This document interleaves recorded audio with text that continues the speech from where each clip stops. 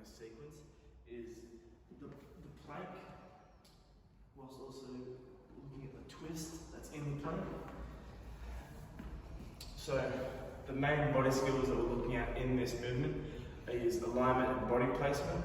The alignment and body placement comes in when we're in the normal plank, fully stretched out, straight spine, head sort of down, making sure that our shoulders are directly over our elbows to help with balance.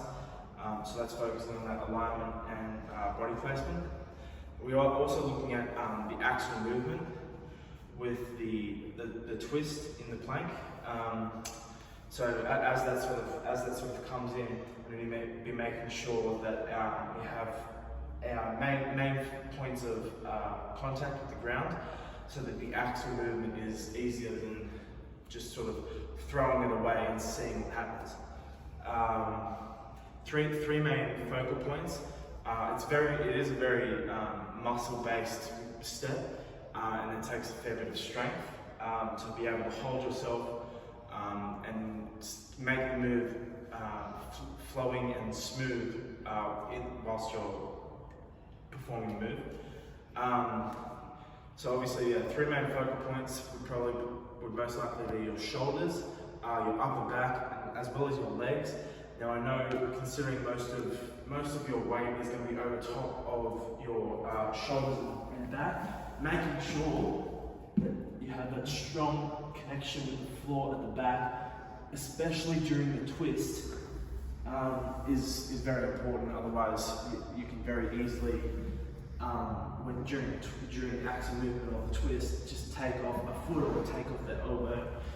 So making sure that you're grounded and everything like that. So that then takes us to the main muscles that we're using. Again, shoulders, legs, upper back. We're also heavily using our core to hold us firstly in the plank, as well as the axial movement. It can be very easy to let go of your core during the axial movement, but holding that strong will really help with the center. That's sort of center of gravity and that center line that you're on in the move. Helping with balance and everything will also be having your legs split like wide apart, which is why the warm-up and stretching is very important.